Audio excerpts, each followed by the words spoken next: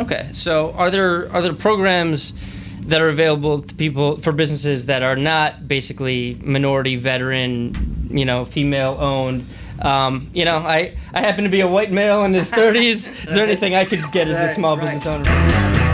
Welcome to Seize Your Business. Today we're joined by David Rambhajan with Industria Construction Services. He's also on the board for the regional SBA. Is that the best way of putting it? That sounds good. Thanks so much for joining us today, David. Give us a little bit about your background and what you do. Before we dive into our topic, we're going to be talking about government programs that benefit small business owners. Yeah, definitely. So my company, Industrial Construction Services, is a commercial general construction company. So we're a small business, a general contractor, and we've done mostly government type work, city, county, state, and now federal. In the last 10 years, we've been doing federal, and it's kind of helped us learning about these small business programs to grow the business.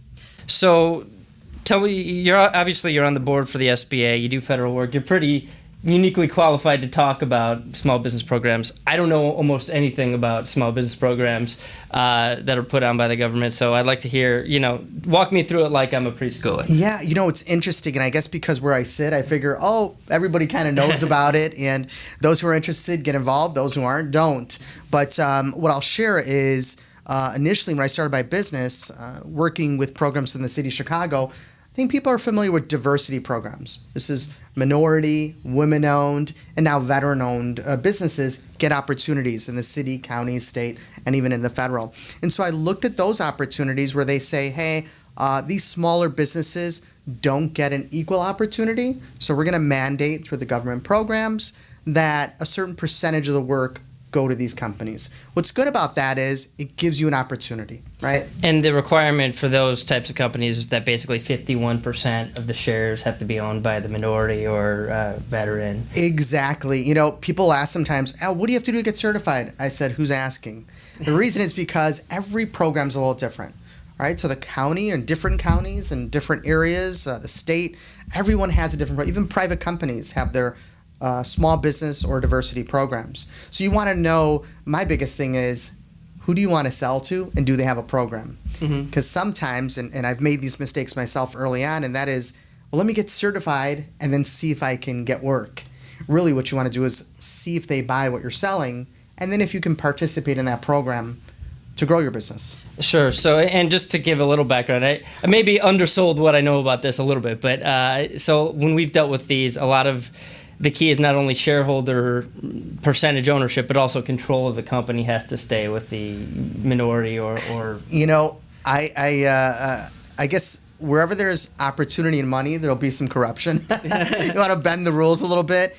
People want to take advantage of the opportunity. So yeah, there are some pretty particular rules to make sure that you're in control, you own it, you operate it, and then that benefit or that opportunity goes to you. Sure.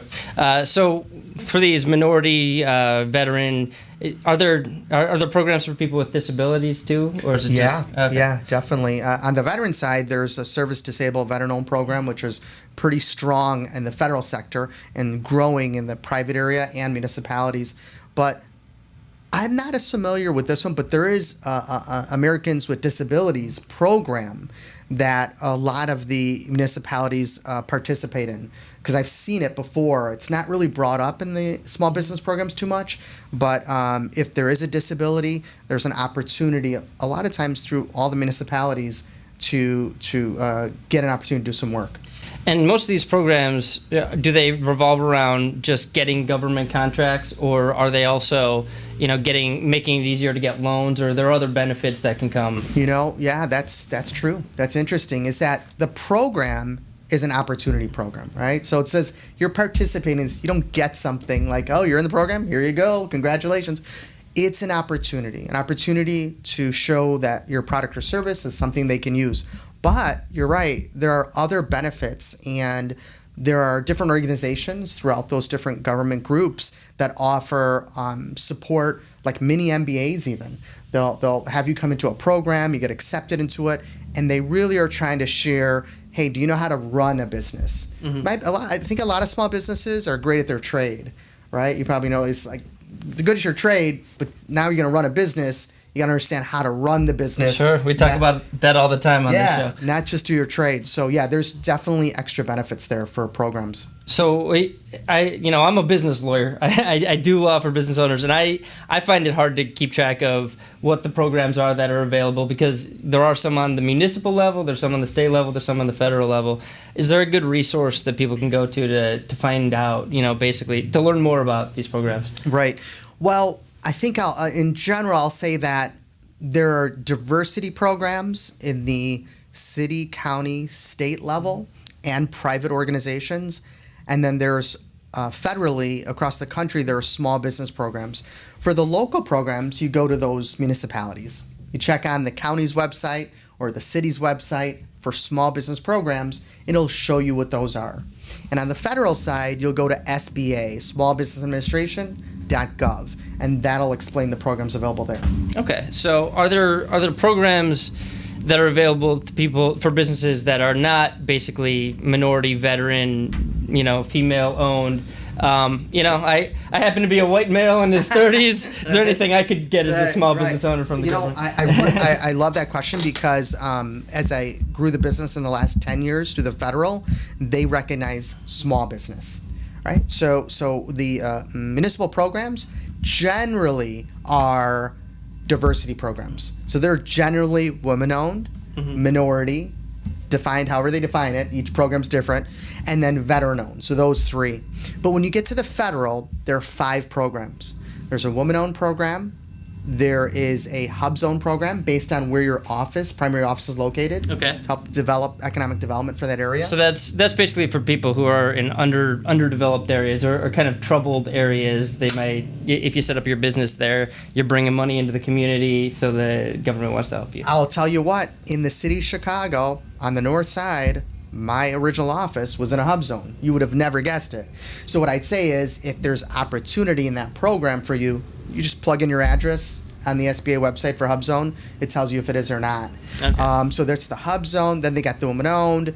They have the small disadvantaged business, which is, the way they look at it on the federal side is, the size of your revenues determines, based on your type of work you do, whether you're small or not.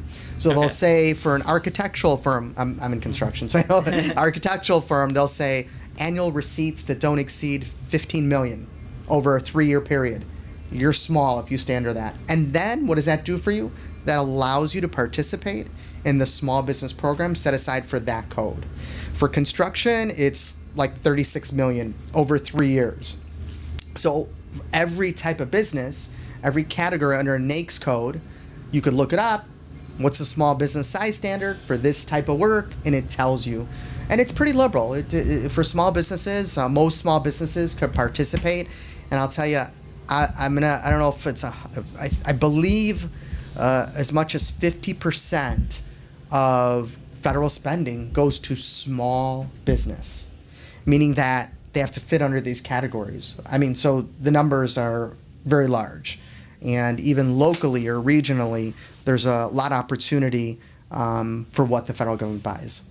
So for these businesses that are just based on, I guess, business size, or you call it disadvantaged or smaller businesses, are these mostly, again, for bidding on government contracts? Contracts are only going to be available for these, or they'll have an advantage in getting government contracts, or there are other benefits that you can get? Yeah, I think it's for each program is different. So there are some programs where you can use that small business program to do private work.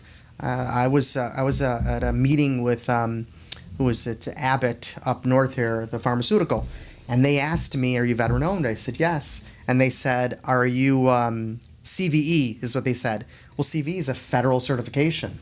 They were looking for it. They felt that if you had that certification, you're a real company, and so they were using that. But mostly, it's for federal work, and there's 52 plus or minus federal agencies in the country, and depending upon what type of work you do, you can go online, and there are also local free resources, which I'll share, that can help you and determine, is this somewhere I should look to grow my business? Okay. So when the election happened, the Trump-Hillary election, there was a lot of talk on both sides of reinvesting in infrastructure, federally. And I've been making it a point not to follow politics too closely lately with all the vitriol. But I'm sure you're pretty tapped in. It seems like infrastructure hasn't gone anywhere since all those promises are made, sitting here at the end of 2017. Yeah. I know it takes time, I believe, so hopefully we'll see something. It definitely has to occur. I mean, the infrastructure is having challenges, and I'm not too involved in the politics, but there's a lot of politics and what states get it. And what they do with that infrastructure money is it's not really a federal program anymore. It's a state program. Okay. Because the federal agencies that give that money for infrastructure, they give it to the states. Okay. And then the states use it. That makes sense. The states are the ones that are actually local enough to know what they need, I suppose. It sounds like based on your face, it doesn't look state is having some challenges with their money, but yeah. Yeah, that's the understatement of the century. Right. So, but yeah, the states will do it, and I think there's some other agencies. The Army Corps of Engineers is a client of ours, and they do spend money on projects in this area on infrastructure, okay. A lot of the rivers and stream banks, and that's some of the work we get. So, but I think that from all the different agencies, I'd say the government buys almost everything, and you'd be surprised to find out that perhaps what you sell, they buy, one of the agencies in one way or another. So even if you're not in the construction industry, there's probably a way that you can, serve the government. Short of basket weaving or something that they're not gonna, they buy everything. They have, for small business sometimes, they just have credit cards and they'll say, well, we need this and it's under $20,000, so we're going to charge it. And they have the authority to procure it. And so...